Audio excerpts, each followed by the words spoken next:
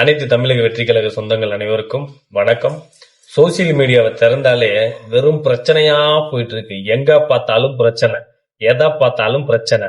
ஒரு பக்கம் திமுக கார, ஒரு பக்கம் இந்த ஜூலி பைத்தியகாரி, இன்னொரு பக்கம் ஏடிஎம்கே, ஒரு பக்கம் நாம் தமிழரு, ஒரு பக்கம் ஹாஸ்பிட்டலு, இப்படி ஏகப்பட்ட பிரச்சனை போயிட்டே இருக்கு. இதெல்லாம் விவாதிக்கலாம் வாங்க. ஜல்லிக்கட்டு ஜூலி என்ன பண்ணிருக்காங்க அப்படின்னா, அக்கா மெரினா கடற்கரையில போயிட்டு ஒரு ஓட் ஃபார் டிவிகே, சாரி நம்ம சப்போர்ட்ட சொல்லிட்டேன், ஓட் ஃபார் டிஎம்கேன்னு போட்டு ஒரு பதாகைய போயிட்டு 2 கையில பிடிச்சிட்டு அங்க போய் மெரினா பீச்சில் போயிட்டு ஓட் ஃபார் டிஎம்கேன்னு சொல்லிட்டு அங்க போய் பைத்தியம் மாதிரி ஏதோ பண்ணின்னு இருக்காங்க. இந்த அம்மாக்கு யாரு என்ன பண்றா, என்ன பண்றோன்னே தெரியாம அந்த அம்மா பண்ணிட்டு இருக்கு. அதாவது டிஎம்கேவுல நல்ல பேர் வாங்கணும் அப்படிங்கிற ஒரு காரணத்தினால இந்த அம்மா டிஎம்கேக்கு சப்போர்ட். இந்த எலெக்ஷன் முடிந்து அடுத்த எலெக்ஷனுக்குள்ள நம்ம டிஎம்கேல ஒரு ஆள் ஆகி நின்று நம்மளுக்கு ஒரு எம்எல்ஏ சீட்டு வாங்கணும் அப்படின்னு செஞ்சு இந்த அம்மா வேலை பார்க்குதா என்னன்னு தெரியல. இந்த அம்மா மேல ஏற்கனவே கிட்னி திருடின வழக்கு அப்படின்னு சொல்லி இந்த அம்மா மேல கேஸ் போயிட்டு இருக்குது. நிறைய பிரச்சனை எல்லாம் பண்ணிட்டு இருக்குது. இதுல இந்த அம்மா போயிட்டு மெரினா பீச்சில் போர்டு வச்சுட்டு ஓட் ஃபார் டிஎம்கே பாக்குறதுக்கே இந்த அம்மா ஒரு காமெடி பீஸ் மாதிரி இருக்கு. இது போயிட்டு அங்க போய் உட்காந்து தர்ணா பண்ற மாதிரி உட்காந்து அப்படியே ரோட்ல உட்காந்து இந்த அம்மா எல்லாம் ஏன் கைது பண்ண மாட்டேன்றாங்க? ஓட்டு கேட்கற நீ ஏன் போர்டை கையில வச்சுட்டு கீழே மெரினாவில் போய் ரோட்ல உட்கார்ற? இதெல்லாம் போலீஸ் யாருமே கண்டுக்க மாட்டாங்களா? அதுல ஒரு வீடியோ ஒன்னு ரிலீஸ் பண்ணுது. அடுத்த பிரச்சாரம் பயங்கரமா இருக்கும் அப்படின்னு சொல்லிட்டு இன்ஸ்டாவில் ஒரு வீடியோ போடுது. எனக்கு இந்த அம்மாவை பார்க்க பரிதாபமா இருக்கு. அடுத்த விஷயத்துக்கு வருவோம். ராணிப்பேட்டை ஆற்காடு அரசு மருத்துவமனையில ஒரு மோசமான செயல் ஒன்று நடந்திருக்கு. என்ன அப்படின்னா, அங்க ட்ரீட்மெண்ட் பண்றதுக்கு டாக்டர்ஸ் யாருமே இல்லை. நள்ளிரவு நைட் நேரத்துல டாக்டர்ஸ் யாருமே இல்லாம தூய்மை பணியாளர்கள், அதாவது இந்த ஹாஸ்பிட்டல்ல ஹவுஸ் கீப்பிங்ல இருப்பாங்கல்ல, அவங்க போயிட்டு பேஷண்ட்டுக்கு ட்ரிப்ஸ் ஏற்றி இருக்கிறாங்க. அந்த வீடியோ போடுறேன், நீங்க பாருங்க. இது எவ்வளவு மட்டமான செயல்னு யோசிச்சு பாருங்க. ஹாஸ்பிட்டல்ல டியூட்டி டயத்துல டாக்டர் இல்லாம எங்க போனாரு? ஒரு நர்ஸு கூட இல்லைன்னு நினைக்கிறேன். ஹவுஸ் கீப்பிங் வேலை செய்யறவங்களுக்கு எப்படி ட்ரிப்ஸ் ஏற்றணும்னு தெரியும்? லைட்டா மிஸ் ஆகி நரம்புல இன்ஜெக்ஷன் அந்த ஊசி போறதுக்கு பதில் வேற எங்கேயாவது லைட்டா ஸ்லிப் ஆயிடுச்சுன்னா அவங்க என்ன பண்ணுவாங்க? இதனால ஒரு உயிர் போறதுக்கான அபாயம் கூட இருக்குது. இதெல்லாம் மைண்ட்ல கூட வைக்காம எவ்வளவு அஜாக்கிரதையா இருக்கிறாங்க பாருங்களேன். ஒரு ஹாஸ்பிட்டல்ல இப்படிலாம் நடந்துச்சு. நாங்க இருக்கிற ஒரு நண்பர் இந்த வீடியோ எடுத்து போட்டிருக்கிறாரு. அந்த வீடியோவை பாருங்க. பெருக்கிறவங்களை வச்சு எப்படி ட்ரீட்மெண்ட் பார்க்கலாம்? நீங்க எப்படி ட்ரீட்மெண்ட் பார்க்கலாம்? இவங்களுக்கு என்ன வேலை? இவங்க நீங்க எப்படி எம்எஸ்சி படிச்சு வந்தாலும் நர்சிங் போனாங்களா? எந்த கோச்சிங் போனாங்க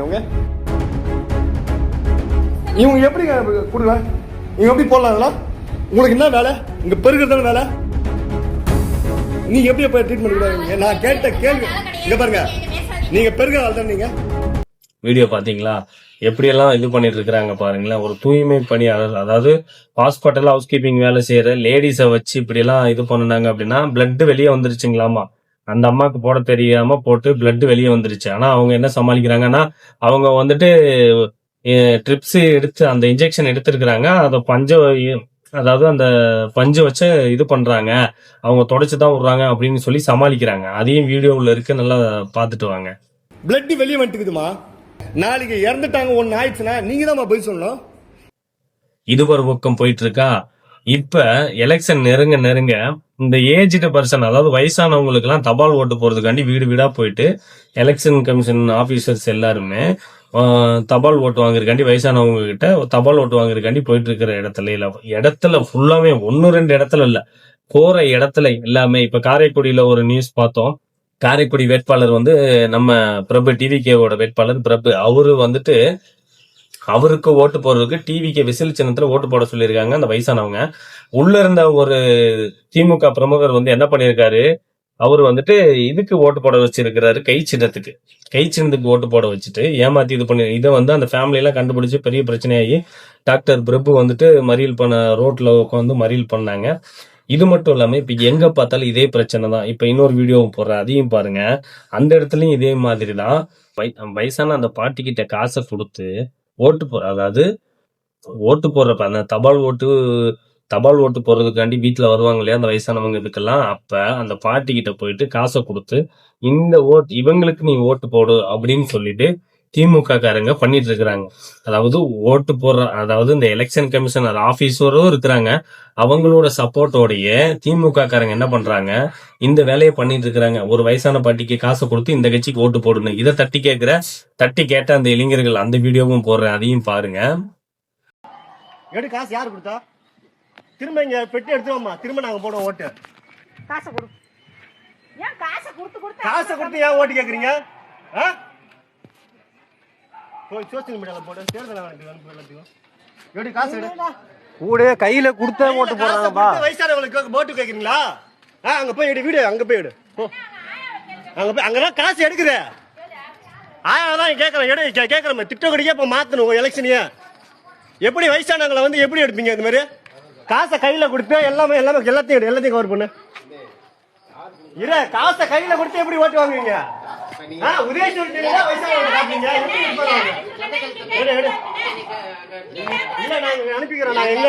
பாத்துட்டீங்களா? அதுக்கப்புறம் இந்த திமுக காரங்க எங்க பார்த்தாலுமே 8000 ரூபாய்க்கு கூப்பன் கொடுத்துட்டு ஏமாத்திட்டு இருக்கிறாங்க மக்களை. இதுல 2 விஷயம். ஒண்ணு, 8000 ரூபாய் நாங்க ஜெயிச்சதுக்கு அப்புறம், ஆட்சிக்கு வந்ததுக்கு அப்புறம் உங்களுக்கு வந்துட்டு கூப்பன் தருவோம், அந்த கூப்பனை வச்சு நீங்க பொருள் வாங்கிக்கலாம் அப்படிங்கிற மாதிரி சொல்றாங்க. அந்த 8000 ரூபாய் இப்ப கொடுக்குறாங்களே எலெக்ஷனுக்கு முன்னாடி, இந்த கூப்பன் வந்து காசு தர்ற மாதிரியும் பேசிட்டு இருக்கிறாங்க. 2 விஷயமா போயிட்டு இருக்குது. இதை வந்து எலெக்ஷன் கமிஷன்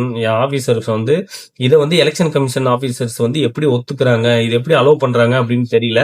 இது வன்மையா கண்டிக்கக்கூடிய விஷயம். இதெல்லாம் நீங்க எங்க பாத்தீங்கன்னாலும் அந்த 8000 ரூபாய் டோக்கன் யாரு கொடுத்தாலுமே அது சட்டப்படி தப்பு, அது கொடுக்கவே கூடாது. அதை வந்து நீங்க எங்க பாத்தீங்கன்னாலும் ஒரு வீடியோ எடுத்து நெட்ல போட்டு விட்டுருங்க, இல்ல வீடியோ எடுத்து நம்மளோட இதுல கொடுங்க, நம்ம போடுவோம். இது எங்க கொடுத்தாலுமே இது சட்டப்படி தப்பு. இந்த திமுக காரங்க ஜெயிக்க முடியாது அப்படிங்கிற ஒரு காரணத்தினால இந்த மெத்தடை இப்ப ஃபாலோ பண்றாங்க. இதை நீங்க எங்க பாத்தீங்கன்னாலும் மறக்காம தட்டி கேளுங்க, ஏன்னா அது நம்ம ஜனநாயக உரிமை.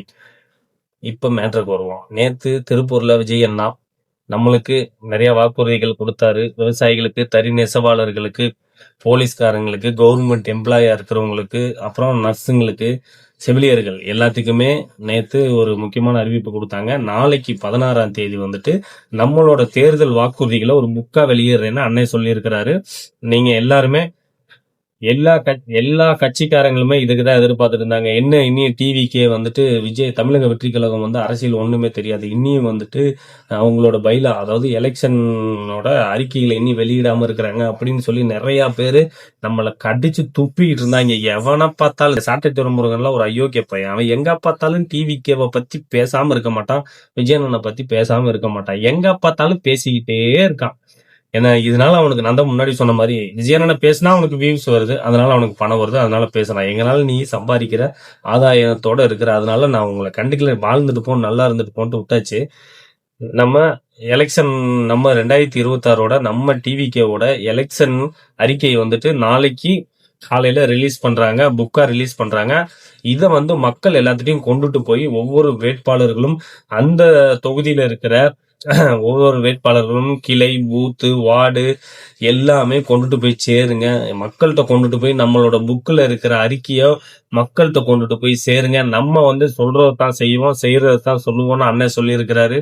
இதனால உங்க எல்லாத்திட்டையும் வேண்டி விரும்பி கேட்டுக்கிறேன், மக்கள்கிட்ட கொண்டுட்டு போய் நாளைக்கு ரிலீஸ் ஆகிற அந்த புக்கை மக்கள்கிட்ட கொண்டு போய் சேருங்க. நம்மளும் அந்த புக்கு ரிலீஸ் ஆனதுக்கு அப்புறம் நம்ம சேனல்லையும் ஒவ்வொரு அறிக்கையா நம்ம சொல்லுவோம். நம்ம சேனல்ல இப்பதான் ஃபர்ஸ்ட் டைம் பாக்குறீங்கன்னா மறக்காம சப்ஸ்கிரைப் பண்ணி வச்சுக்கங்க, பெல் ஐக்கானை கிளிக் பண்ணிக்க, அப்படின்னா நம்ம போடுற வீடியோ ஒவ்வொன்றும் உங்களுக்கு நோட்டிபிகேஷனா வரும்.